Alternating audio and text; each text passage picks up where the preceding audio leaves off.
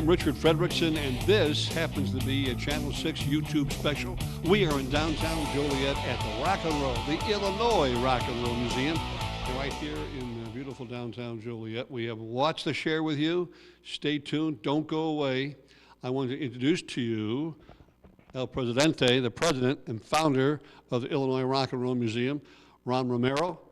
And over here is the vice president, Debbie Jo Erickson, and they make things happen for you, and they're going to share the spotlight of this museum with you so that you can tell others, whether you're watching on Channel 6 or whether you're on YouTube. We need you to be our search engines, if you would. So do that for us, would you please? So Ron, I'm going to have you start out. The curtain is opening up. A brief history of this building and the museum, and where'd you come up with this crazy idea? Well, it started because I went to a lot of other great museums, not only music museums, but certainly music museums. Big influence from Nashville, where they have several museums. Of course, Cleveland's Rock and Roll Hall of Fame. And back in 2014 or so, Rick Nielsen from Cheap Trick had an exhibit at the Burpee Museum in Rockford. And I went there and noticed there were a lot of travelers from around the world that were there to see the exhibits. And I thought to myself, they're coming all that way for one of my favorite bands. And if you think about it, there's a lot of great bands from Illinois. So it started out as an idea for an exhibit for another museum. And we changed directions once we realized that we were going to be collecting guitars and drums and instruments, and it was going to take more room. And it was suggested that we create our own nonprofit organization and that we look for a building. And that's where we ended up here. So 2019, we purchased the building that we're in here now, and we've been working on it ever since. Yes, you have.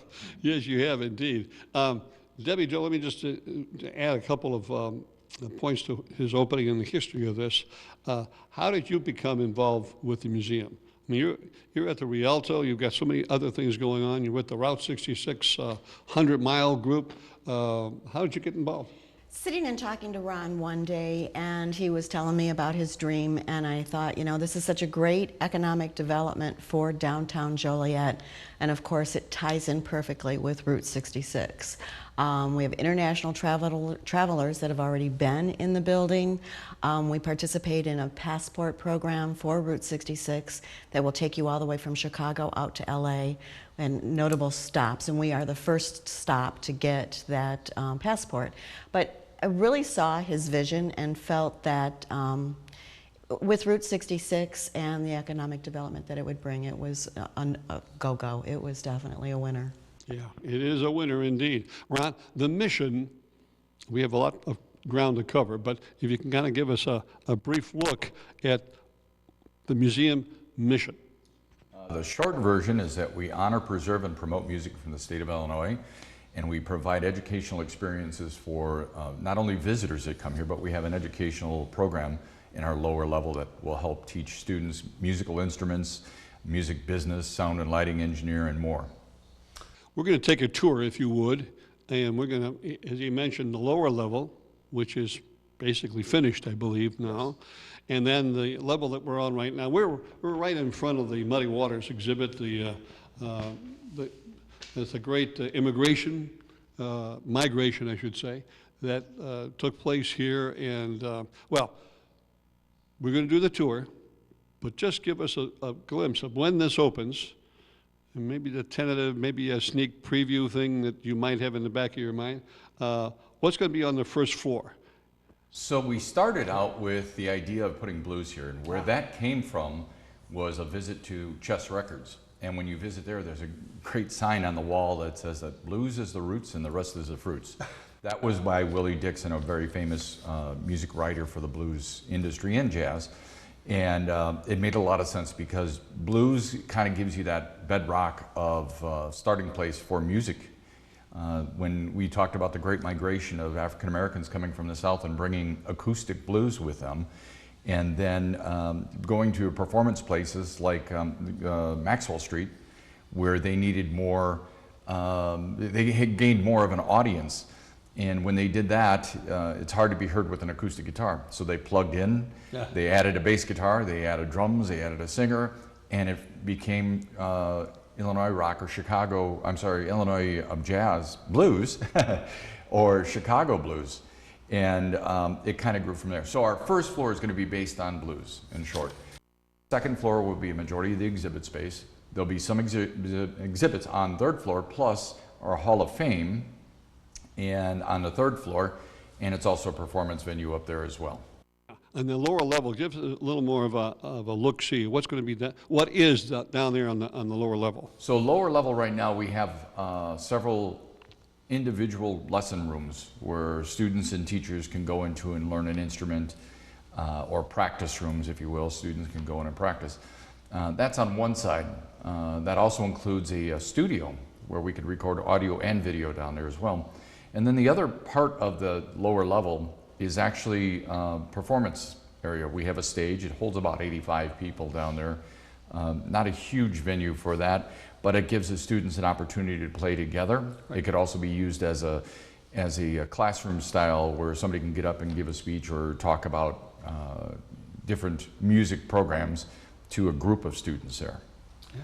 Debbie Jo, as we looked at it, one of the areas, well, a couple of areas that Ron skipped over, and I want you to take us there as we look on the video as you talk. It's called the gift shop, something like that? Yeah. Well, is that there? Yes. Well, any museum or any feature attraction always has a little gift shop that you know, so strategically you will walk through the museum, and of course, like any good place, you're going to exit through the gift shop. So we have a variety of branded t-shirts and mugs, coffee. We actually have our own coffee. And other items that you can purchase as memorabilia from the museum. We have miniature guitars from famous Illinois artists, books on Illinois musicians, and we did have some signed, autographed books, which we had a book signing here. That's one of our events that we host here, and we'll be bringing to the community is that opportunity to meet some of these rock stars, and if there's a book out that they would be able to sign that. But yeah, the gift shop, we'll have to show you some of the things in there. And actually, though the museum is not officially open yet, the gift shop is. The gift shop has been open since last spring, and that was through the generosity of Terry Darcy and him helping us to complete the first floor so that we could have that occupancy permit for that.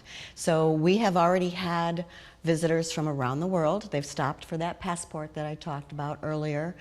France, Ukraine, Italy, Spain, Canada, all of these places. And so as the international travelers start to gear back up again this spring, we're going to be really ready and waiting for them again to stop by. Yeah.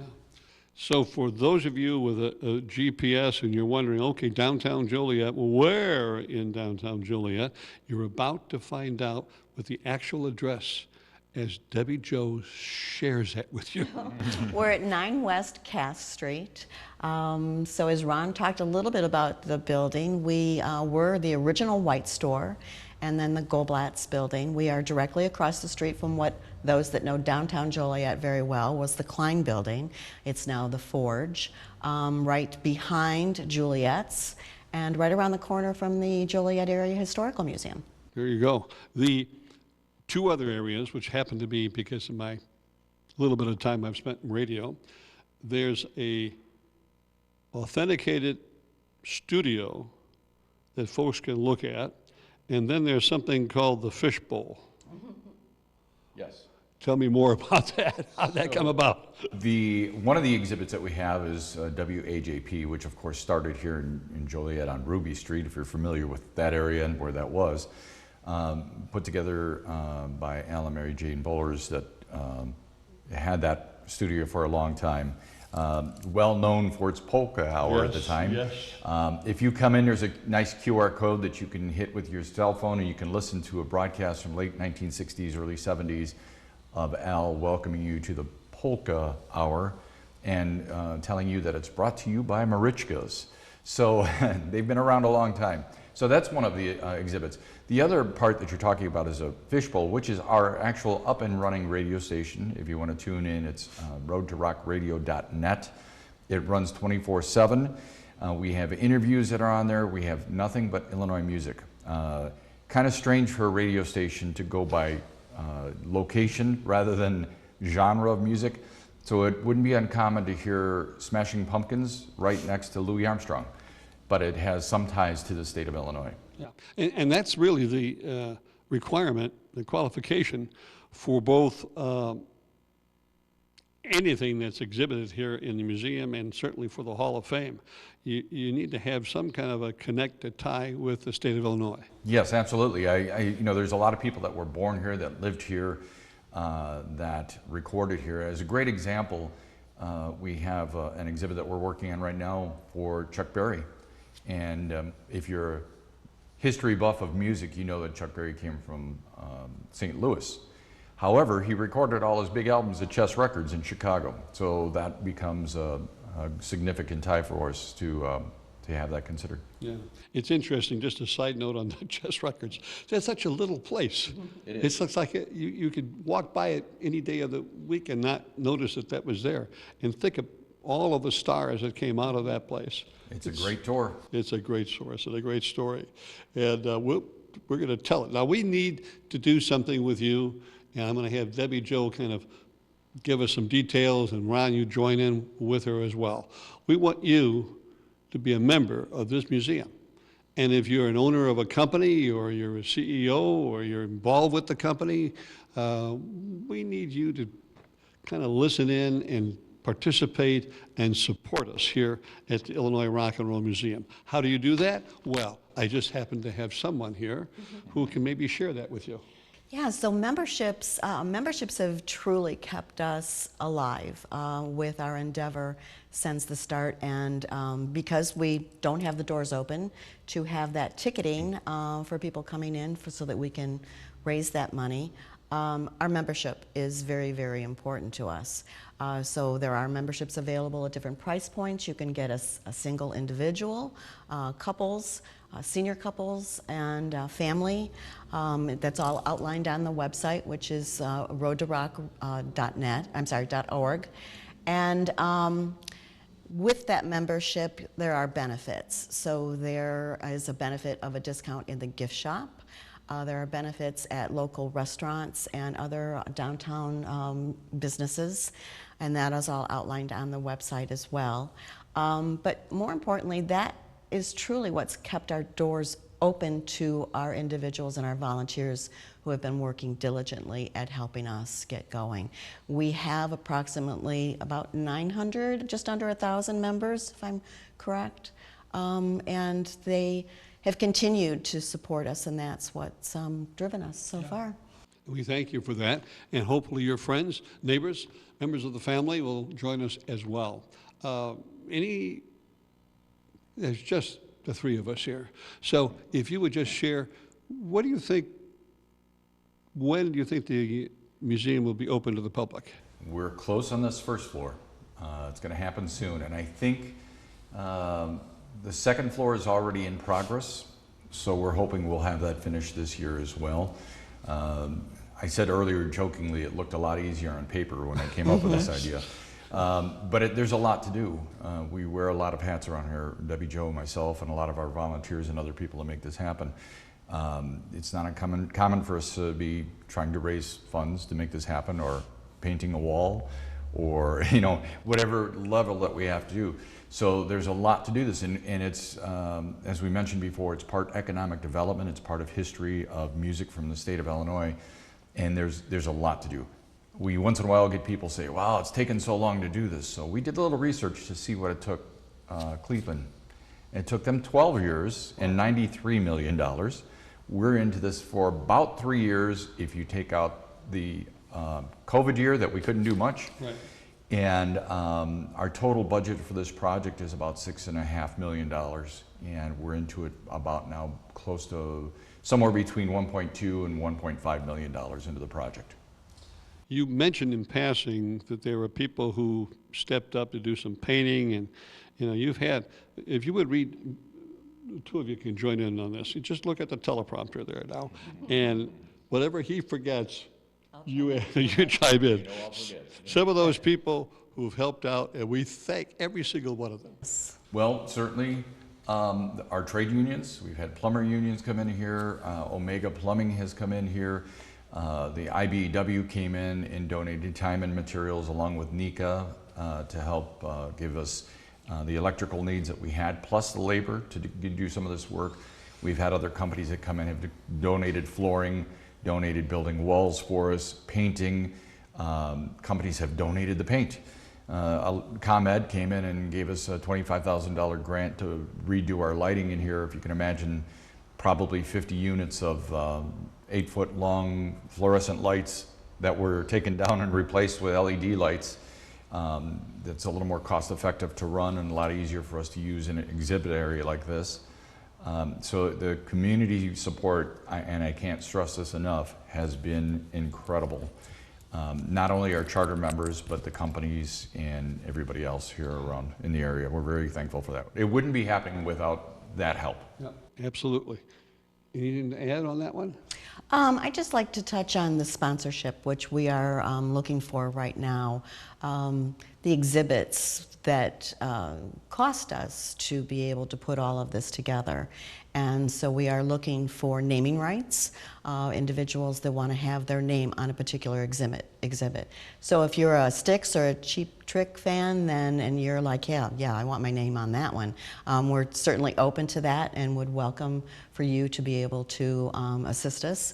The larger companies, we're looking for naming rights for multiple space in the area. For instance, we have, when you first walk in, there's a wall that we call our white wall, and there's, you know, a lot of different musical instruments on it. Kind of gives you a little bit of an idea of some of the things that are going on here, as well as a TV screen that's constantly scrolling with all kinds of different information on that. And that's the first wall that you see when you come into the building. So that we're looking for sponsorships for. So if you're out there and you'd like to put your name on something with us, please give us a call. Yeah, just like the Polson family have done, Rendell's Incorporated. They have the Muddy Waters and the Great Migration exhibit here, and you'll see that's the first exhibit as you come on into the museum. And you can join them and join us, and we appreciate that. Coming up, events. The first event, not the first event, but the one that comes to mind is and we mentioned it, the Hall of Fame. Hall of Fame is a big thing for us. That's our big fundraiser as well every year. We've had great performances by REO Speedwagon came in, Ides of March came in, New Colony 6 came in. We've honored Sam Cooke and Buddy Guy and Muddy Waters.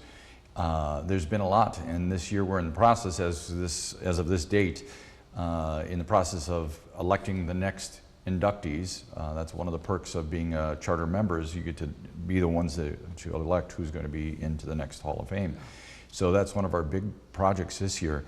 There's several others. As you mentioned, we talked about before, was our Jazz, Wine, and Art that happens in Bicentennial Park. That's a big event for us. We have also our Cars and Guitars that happens once a month. This year we're going to do something a little bit different. We're getting ready to announce that. We have, as you mentioned earlier, our Road Scholar program, where people come in and talk about different historic aspects of music from the state of Illinois.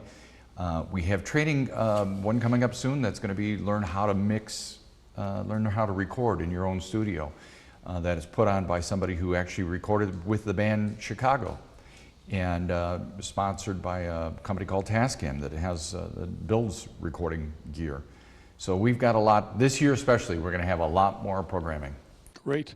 And there is, now realizing that we're taping this, and what Debbie Jo's about to tell you is current, but if you're listening and watching this in, I don't know, March or April or May, it may be something that you missed, but you didn't really miss it. We'll have more things coming up, but there is I believe, a special bus ride to a special town to hear a special band. Go ahead. So, excuse me, if you're not aware, the Ides of March, which actually is March 15th. The Ides of March will be playing at the Norris Civic Center in St. Charles.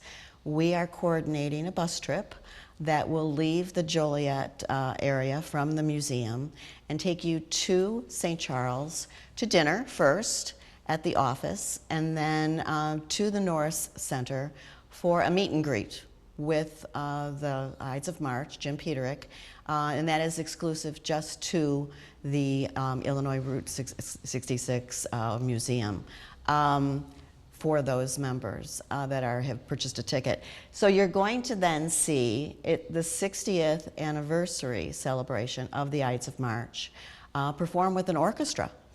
So something extremely unique and different. So that's a once-in-a-lifetime opportunity. So yeah, the tickets are available on our website. So go there to find out more about it. And that website is? roadtorock.org. There you go. Well, thank you to both of you for coming on in today. We're going to have more interviews and more folks who are supporters of the Illinois Rock and Roll Museum here in downtown Joliet. I'm Richard Fredrickson. We're going to continue, so stay tuned. Well, thank you, Ron, and thanks to Debbie Jo as they open things up for us today.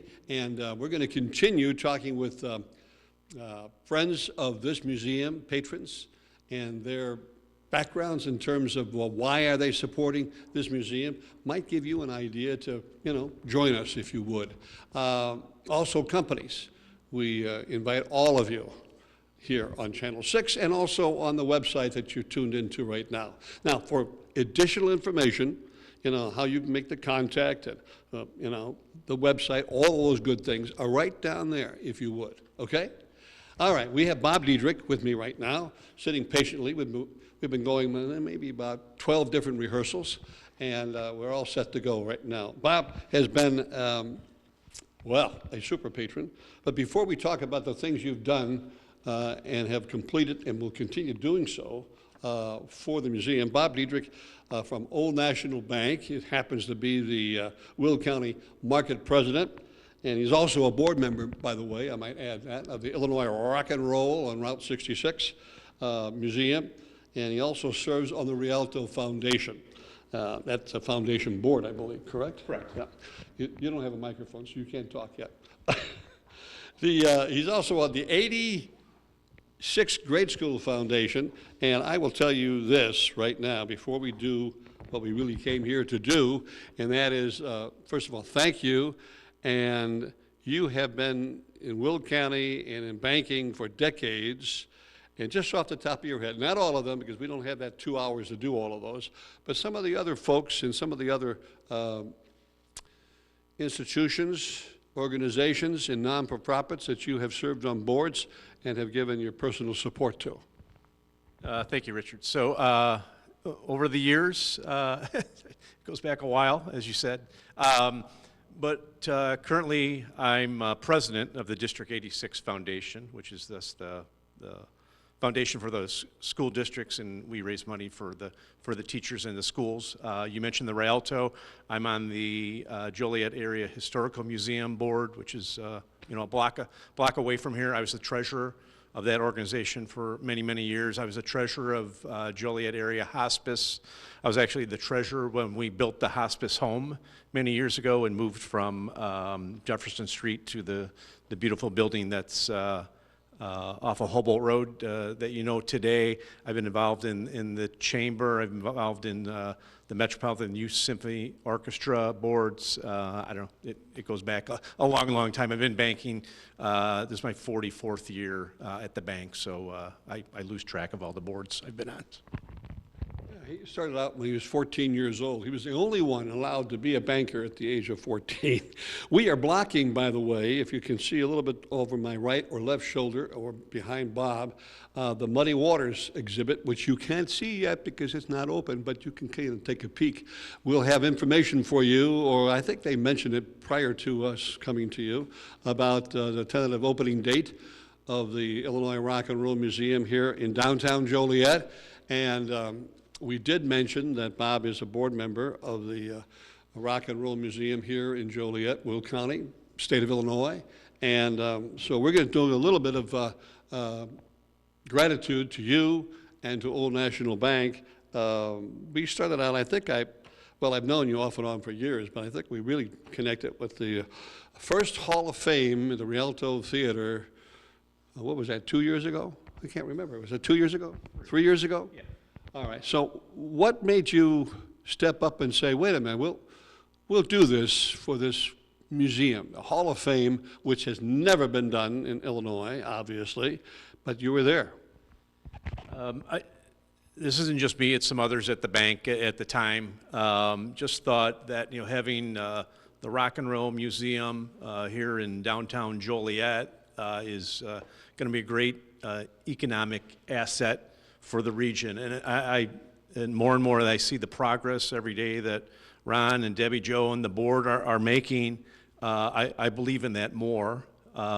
Music means something to just about everybody, and rock and roll music, because it covers so many generations, means a lot to a lot of people. So I think this could be, the cultural venue for this whole region, and something that is going to be a real plus for Joliet, Will County, the state, and Route 66. So yeah, we started, three years ago, and we haven't given up, because I keep hearing the story from Ron, and I see the progress from what we were at 3 years ago to the place we're sitting today, and it's been amazing. Yeah, it is amazing the progress has been made, and you'll be surprised and happily surprised once you come downtown Joliet and see the museum for yourself.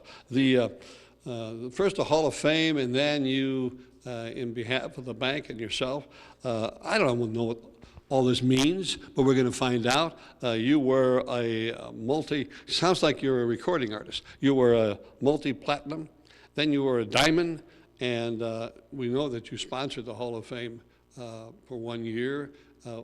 What are all those things? Do you have to rehearse or audition for those things, or what? No rehearsal, just write a check. So it was pretty easy. So. Speaking of writing checks, you also sponsored, I know you enjoyed this. This is one of our most popular events. I mean, a lot of events, and as we heard from Ron and Debbie Jo earlier, events coming up this year, and some of the past events. But one of I think the most outdoorsy, enjoyable festival that we have in Joliet is the Wine, Jazz, and Art, and you were a sponsor on that one. We were sponsor both. We've had it for 2 years. We were the sponsor, one of the sponsors both years. I think one of the more significant sponsors. And it's been a fabulous event. We get the patrons get to taste wine from local wineries, and the last 2 years we've had it. It's been on Saturdays that are some of the most beautiful days of the year. So the museum's been lucky, and it draws out tons of people, great local talent, and the people start rolling in as soon as the doors open, and they bring their lawn chairs, and it's a great venue at Bicentennial Park. There's a program called the Rhodes Scholar Program. Now, is that the one from Britain that they wear those funny hats and the very educated people? What's the Rhodes Scholar Program? Which, of course, you were one of those sponsors. So it's ROAD, not ROH, like Rhodes Scholars in England. But it's something that's upcoming that seemed intriguing to me, so we stepped in and sponsored, and it's going to be kind of an educational series with 4 different speakers, and then it's going to be tied to some of the ethnic groups within the market, and that's a real meaningful thing for Old National. If we can, our focus when we give money to the not-for-profits is we want to help in a few areas. We want to help with economic development, which the museum does, but we also want to help with educational things for our youth and adults in the market, and then we want to help with minorities in the market. And this kind of tied quite a few of those together. So we were happy to help. Let's continue with that thought about education, because in behalf of Old National Bank, and you have an education grant, I believe, for a lot of nickels. I want to thank you, first of all, personally, because I know the work behind the scenes of what you do, and also to Old National for what they continue to do here with the museum and the future as well. So tell me a little bit about, maybe expand a bit more about the education grant, and if you would, kind of share with us what the amount of money that was. It's pretty huge. Sure. I think one of my initial meetings with Ron and Debbie Joe a few years back, there wasn't a lot going on in the building other than the building was here, and Ron kind of brought me through the building, and then with Debbie Joe's help, we kind of looked and saw what the vision was. And one of the big things that Ron and Debbie Joe said they needed was they needed to finish, I'll just call them music rooms. So they're, rooms that we're going to be able to bring in seasoned veterans that are good musical instructors and be able to teach younger students throughout the community, and maybe some adults too, people like me that have no musical talent. And we gave $25,000, and we just think that was a good jump start for the museum, and rounded out that lower level of this museum. And we have that came through our foundation. We have a foundation that has a significant amount of dollars in it, and that money is geared towards the kind of three of the principles that I talked about earlier: education, helping out minority groups, low and moderate income groups also, and then economic development. So this was a nice fit for us. We're thankful for that, and the fact of the matter is that Old National Bank has this foundation wherever those banks are located, obviously here in Will County, but they're all over the place, and that foundation participates in all of those different communities that the bank is in. I can't think of a better person to reach out to you right now. Is you're watching this, whether it be on Channel 6, whether it be on the website that you are watching right now. But if you would, Bob, talk to the folks about getting involved and for them to support this museum, because we do need you. Sure. This is a great organization to support. I'll just go back to some of my previous comments. I really believe this could be a cultural venue for the region that we haven't seen before, and it's something that we can continue to grow and be proud of, and I think it's going to drive a lot of economic activity for the region as people come and visit Route 66. I think this is going to be one of the main stops for them, and that just creates a lot of business for restaurants and hotels in the area, and just makes our community stronger. And any dollar amount that you can start with, I think, is going to be meaningful. And just think back to what music, and specifically rock and roll music, has meant to you. And if you think about those thoughts, more likely you have a nice smile on your face, and you have some great thoughts. So being able to help the museum in an ongoing basis or a one-time basis, I think would be wonderful. Thanks, Bob. Bob Diedrich from Old National Bank. We're going to continue to share some of the stories of the folks who are great supporters of this museum. I hope you'll join them. As we promised, we're going to continue with our supporters, folks either individually or representing their companies, as we go through this wonderful collage of friends of the museum. I have a special one here for you. He's going to share some of his overall look at the museum, and I'm going to ask him how he got involved. And I'd like to introduce right now our representative from the, I think it is the 86th district, and it's a farmer from Elburn, Illinois, Larry Walsh. And it's great to have you here, Larry. How are you, Richard? Good to see you. I am fine, and better now that you're here. Yep. We're broadcasting on YouTube and Channel 6, so welcome if you just joined us. We have a series of interviews coming up, and we've had prior to this one as well, all to get you to know more about the museum, the folks who are behind the scenes and helping us in so many different ways. And Larry Walsh has certainly stood up and said yes to so many things that we need here. But I'm going to do a few things for him before we go into the Rock and Roll Museum here at the Illinois Rock and Roll Museum. I don't know if you ever give this out, but it's just the two of us here, so I'm going to do it. His local number to call, if you're in that district, which is 86, is 815-730-8600. And I'll bet there might be two of you out there, maybe three, who've ever called the Springfield number, and that's 217-8090. And the other number's missing. What is the other number? Probably 782. 782 is the one we do not have here. That was taken off the teleprompter. So he's a member of, you thought farming was challenging back in the 90s and 80s. Yeah. But watch this or listen to this. He's a member of the House Committee on Counties, Energy, Environmental. And this doesn't go with environmental, but he's also on gaming. He's a committee on prescription drug, which has been in the headlines lately, affordability of prescription drug affordability and public utilities. And when did you make this decision to run? About 12 years ago. 12 years ago. I can't believe it's been 12 years Yep. already. Well, we thank you for that, and we thank you for your support of the museum. Before we find out, and we'll share it with you, about how he was able to bring a grant program to the museum, who was the first to contact you? How'd you find out about this place, and what do you think of it? Well, Richard, I'm going to say probably a good 10 years ago, maybe 8.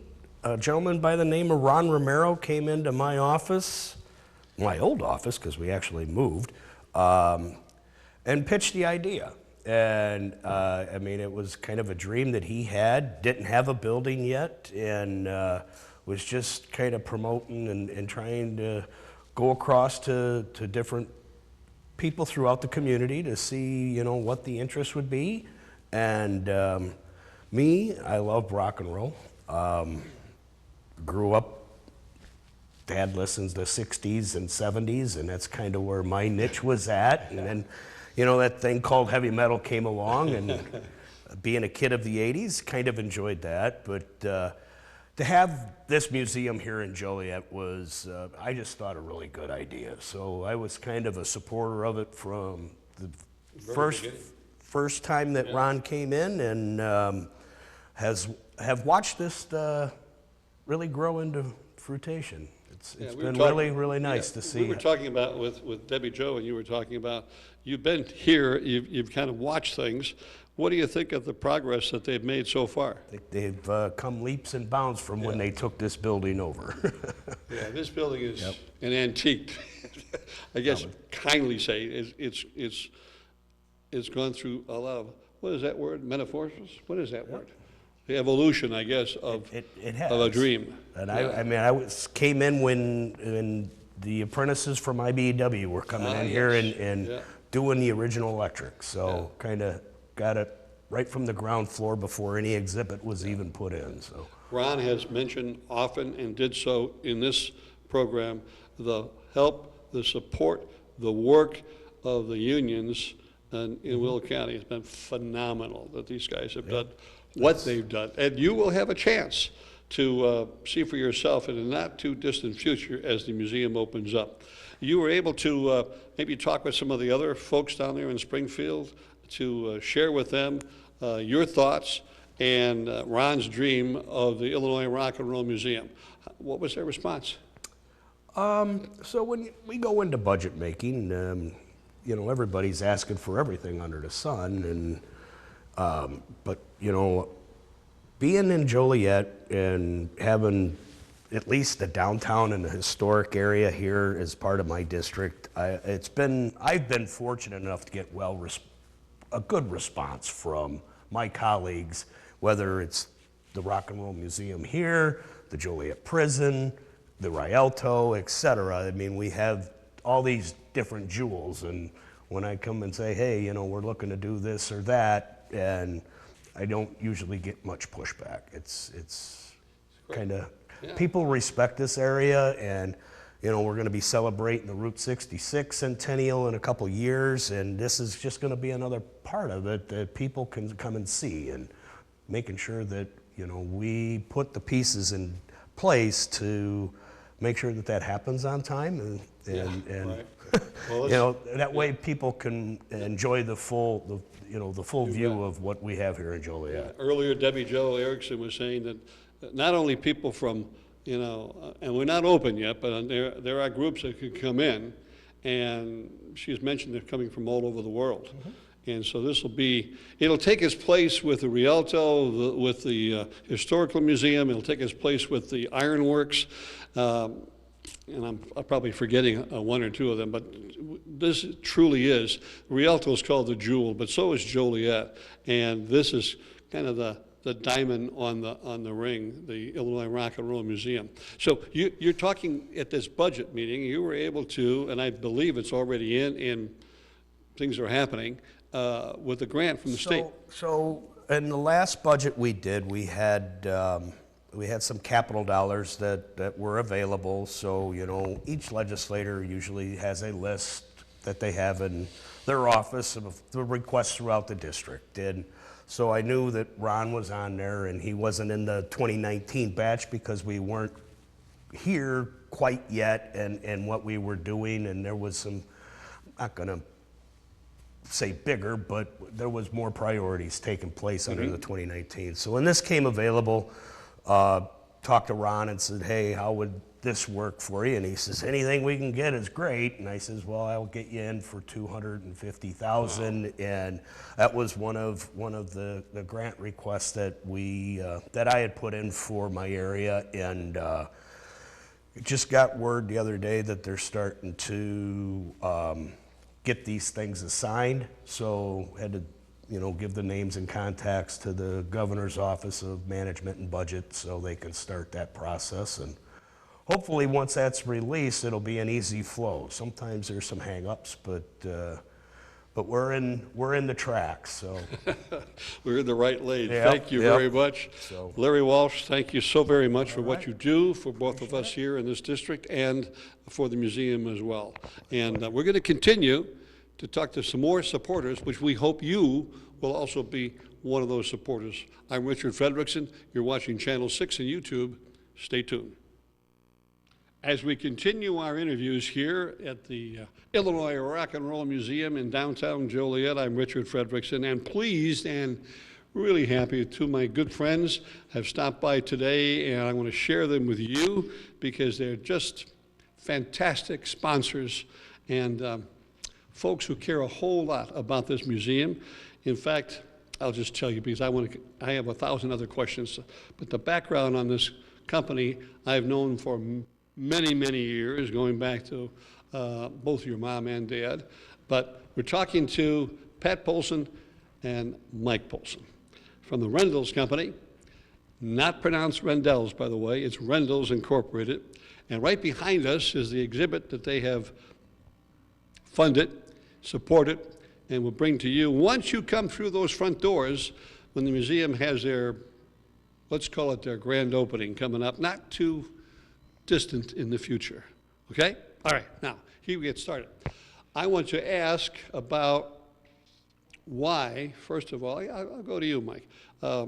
You have been for 3 consecutive years sponsors for, and I think they call it the platinum record level, whatever that is, but you've sponsored shows at the Hall of Fame for 3 years, and why?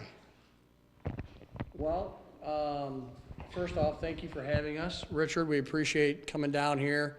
And honestly, we just want to support our community. We've been a big part of Joliet for a long time. And, you know, we live here, we work here, and we love to see places like this in our downtown area. So really just want to support that. And it's such a cool cause, it's a cool place, and you know, somewhere that you can take your family, take your kids, and we think it's going to draw a lot of people to the downtown Joliet area. Yeah, it certainly will, right along with the Rialto that you've sponsored, and you're on that, the red carpet, I think they call it, the Red Star or something like that for Rendell's, because you have helped and supported the Rialto beyond the Hall of Fame with us here at the Illinois Rock and Roll Museum. And as I mentioned earlier, sponsoring the Muddy Waters exhibit. What's the story behind that? You are a big blues fan.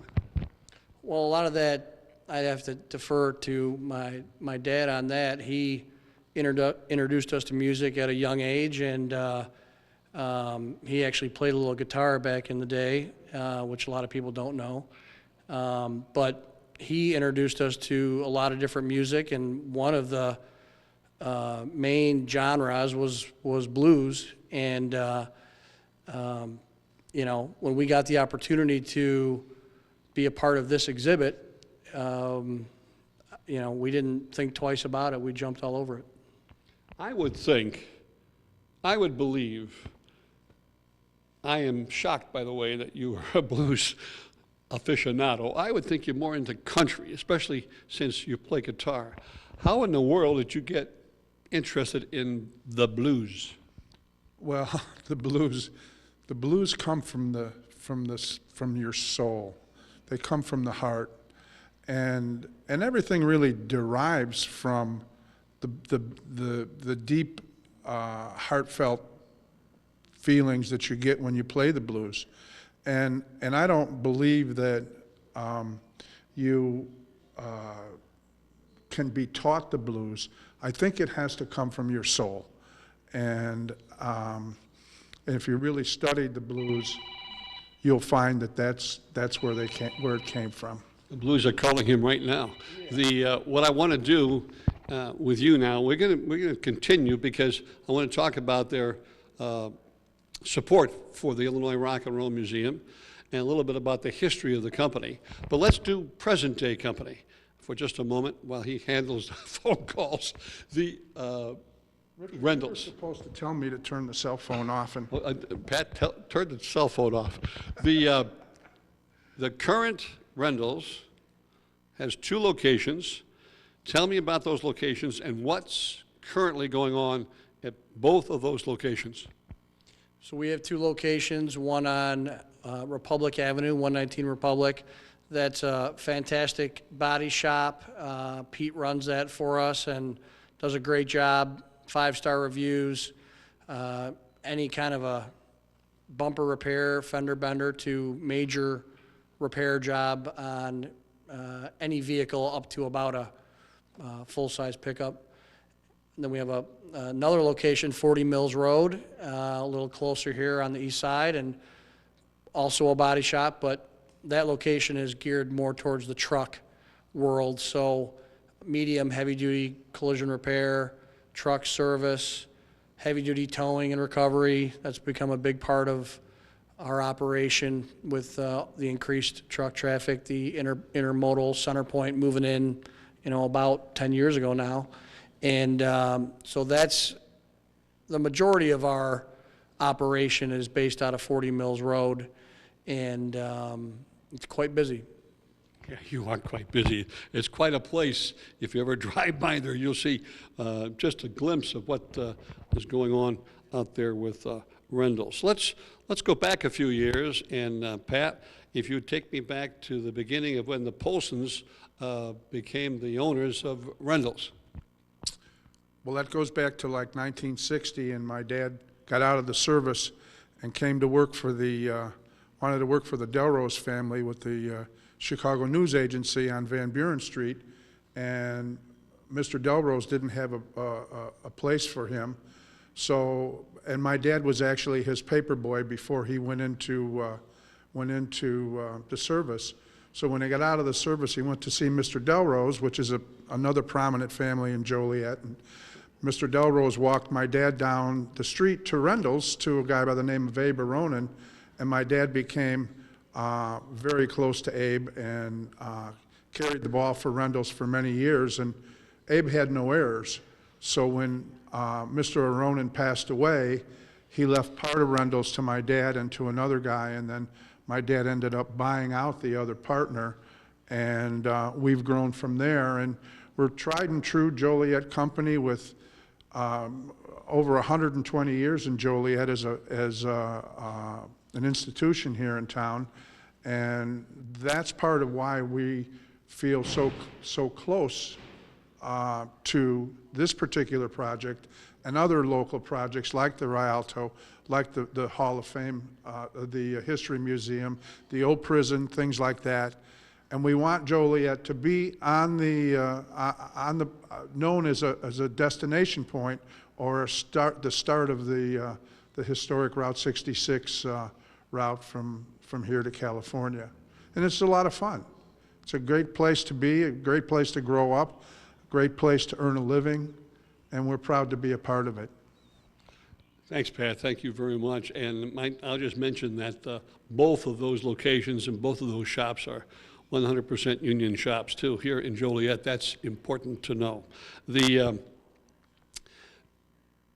When you go to, and if you're not aware of this, we've got a great minor league baseball team here in Joliet, the Slammers. And the next time you go there, look off to, let's see, what direction would that be, Mike? Is that to the right field, where the Rendell's location was in downtown? Yes, it would be right field. You know, if you hit a ball far enough, you know, it would land pretty close to where our facility was. A lot of years in downtown Joliet, now out on Mills Road and Republic Avenue. Behalf of the museum, behalf of the volunteers, the members of the museum, we thank you, and of course, PJ is out there, and Jack is out there, and a few others, and a great team that you have here at Rendell's. We thank you again for your support.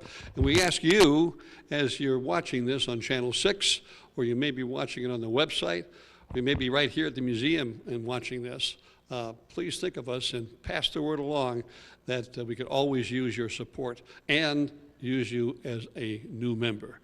Thanks for watching. More to come. Stay tuned. We continue, and thank you for continuing to join us here at the Illinois Rock and Roll Museum. I have a good friend. I knew him when he was just a little boy, when he started with, you know, is it down here? Oh, it's not down here. It's called, let's see, I think it's called Heritage Corridor Destinations. Am I correct? That is correct. Heritage Corridor Destinations, yes. I could have read your shirt. I would have been in better shape. Well, Bob Navarro is with us today, and we have a lot of territory to cover, most of which is with about the organization that he's headed for, I don't know how many years, maybe close to 20 years. The organization is a little older than that. We'll find that out too. But first of all, why is he here in the museum? Because we want to share him with you and what he personally has done and what the organization has done and the role that the state has played in this as well. We're at the museum, and at the very beginning, I want to ask you, request if you would, if you'd like to become a member, if you'd like to be an exhibit sponsor, just contact, and I think we'll put the words down there for you, the contact of how you do that. Get a hold of Mr. Romero, and he'll take care of you, or Debbie Jo. Either one of those two fine people will take care of you. Now, you have been a great buddy, friend, if you would, patron, if you would, of this museum for 3 consecutive years. You have, at the Hall of Fame, very much involved with that. I think on the stage and up the lights, they made mention of you and the Heritage Corridor Destinations. But what you really do, and we'll find out more of that in just a moment, but as far as the museum is concerned, Bob and the Heritage Corridor has, I don't know what the word is, but they receive certain monies from certain agencies from the state of Illinois, and then they disperse that money, except for the vacations and, you know, a few other places, destinations. No, I'm kidding. Bob Navarro is a great guy because he's noticed places here in Joliet and down Route 66, which we'll tell you about in just a minute.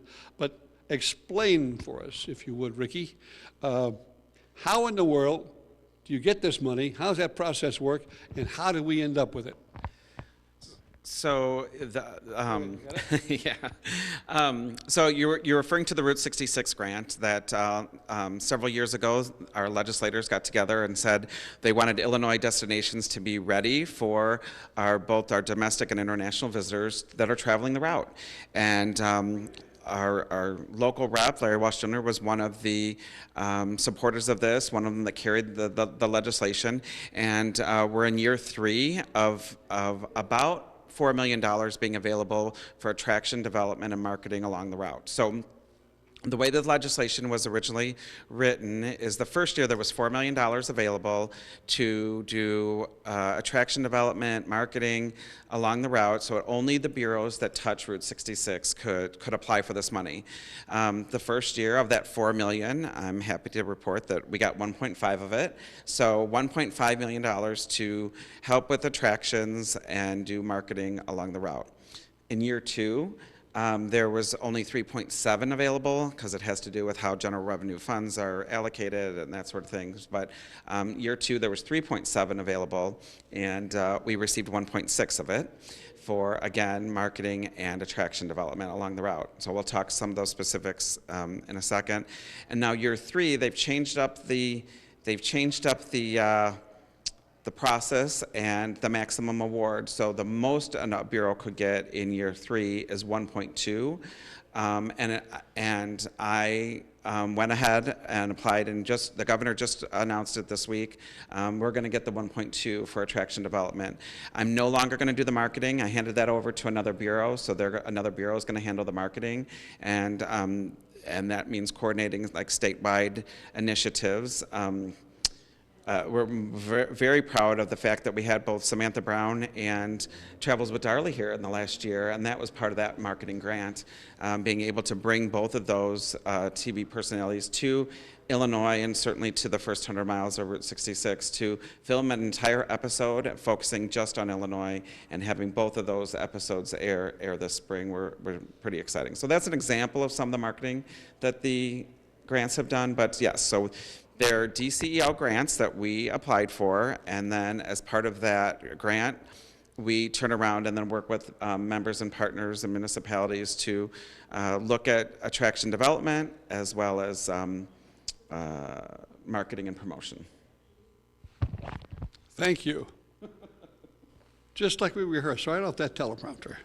No, Bob, thank you so much. Now, there are many people who are watching this, whether it be on YouTube or Channel 6 or here at the website or at the museum, and some of those folks are saying, well, wait a minute now, we received some of that grant money as well, and so we're going to give them a little bit of a shout out. And some of the other folks who are here along the Route 66 Heritage Corridor, I should say, and whom would they be? So in the first year, we did some new attractions at the Joliet Area Historical Museum. So we worked with them on putting some new attractions into their space. You might see the Route 66 shield with the numbers, the 66 numbers. So we added that to several of our communities. We did that both in year 1 and year 2. So those were completely paid for out of the grant. The community just had to prep the site with, a concrete pad or some landscaping, that kind of thing. But we have those shields and numbers in many of our communities. Burr Ridge, Joliet, Lockport, Wilmington, Dwight, just a variety of communities have the Bolingbrook have the 66 shields with the numbers on there. Other projects that we've done is some electric vehicle charging stations. We've done that in Pontiac and Lockport, also Joliet, and so EV charging station was part of the grant process. But you want me to talk about the sign here? Okay. So year 1, probably one of our most famous projects that we did with year 1 with the Route 66 grant is Gigantar. And we are absolutely thrilled that we could partner with the Illinois Rock and Roll Museum on not only creating Gigantar, but actually making it happen. So taking the small idea and having it designed, fabricated, constructed, shipped, and then certainly installed on the building was certainly a highlight of the year. So working with our partners here at the Rock and Roll Museum to have Gigantar at several of the destinations between from out east to here, you know, having that sign in front of some of these landmarks will never happen again. And so that was very exciting that we could be part of that and help with that. So the grant actually paid for the design, fabrication of the sign. So we're really happy to be part of that, and have it sitting on outside of this building is exciting. So many people have come by, taken their picture, posted it. It's really been a great photo op for us along the route, and certainly here in Joliet. Speaking of photo, let's take a real quick look at that, because we were there. He was there. I was there. And you were there. Well, that's a great scene. It was a little chilly that night, It was. if I recall. Now, we're going to give you a chance, an opportunity. I don't know, where's your brochure at? How are you going to remember all this stuff? You know, I want you to tell the folks about some of the highlights they will see as they travel this spring and summer, and we will do that with you. But you whispered in my good ear just earlier, ever so briefly, but it's important. 2024 is the 40th anniversary of Heritage Corridor. That is correct, 40 years. So we're one of the ways that we're celebrating our 40th anniversary is this introduction of Secrets and Surprises in Illinois. It's a 2-minute audio story about people, places, things that are known to Illinois or not known to Illinois. So they're little secrets and surprises that anywhere you would get a podcast, you could go online and search Secrets and Surprises in Illinois. We're releasing a new audio story on most Mondays of the year. So we're going to do 40 of these in honor of our 40th anniversary. So thank you for letting me talk about that. Our website is hcdestinations.com, and you can go there for a variety of events that you referenced. But we're trying to gear up for the centennial. So we know that in 2026, it's the 100th anniversary of Route 66. All 8 states are preparing to be ready for both domestic and international visitors that are coming to experience the route, to experience that nostalgia, to have that photo op at some of these iconic places. And we just want to make sure that Illinois, and certainly the first 100 miles, are ready for both these domestic and international visitors. Illinois is going to start their celebration in June of 2025. U.S. Travel is hosting their largest domestic show for booking international travel in Chicago in June of 2025. So that's going to be kind of the big kickoff for Illinois, all things Route 66. We'll be doing a variety of FAM tours. We'll have different attractions opening, and we'll be talking about different events and things. I also sit on the Centennial Commission, the State Centennial Commission, and I'm also on the Scenic Byway Board. And so we're getting ready to roll out new merchandise, new collectibles with the Centennial logo, the official Centennial logo, and that'll be real exciting for people to, to pick up that keychain or that T-shirt or whatever that is marking the centennial of the route. So lots of things are around the corner here with Route 66. And if we want to find out all those towns and all those villages and all those cities that are on the route, the Heritage Corridor route, how do we find that out? Where do we go to get that information? So you can go to, we have 2 different websites. We have hcdestinations.com, or you could go to thefirst100miles.com. So thefirst100miles.com is our site dedicated to all things Route 66 in the first 100 miles from Chicago down to Pontiac. So we've got restaurants on there, we've got lodging, we have events, we have shopping, we have a variety of different types of articles and stories, photos, videos, all kinds of things. So it's our little one-stop shop for all things Route 66, the first 100, spelled out, 100miles.com, and it's from Chicago down to Pontiac. And the new contest that he's going to be announcing in 2025 is simply called Where's Bob? And we'll tell you more about that in our next edition, coming up, Subday. Bob, thank you so much. Bob Navarro, Heritage Corridor Destinations, a great patron of this museum, the Illinois Rock and Roll Museum, and we wish you to join Bob and the rest of the folks who have made it possible for us to come by and visit with you, whether it be on YouTube, Channel 6, here at the website. or wherever you're watching us. Thank you. And remember, we need you.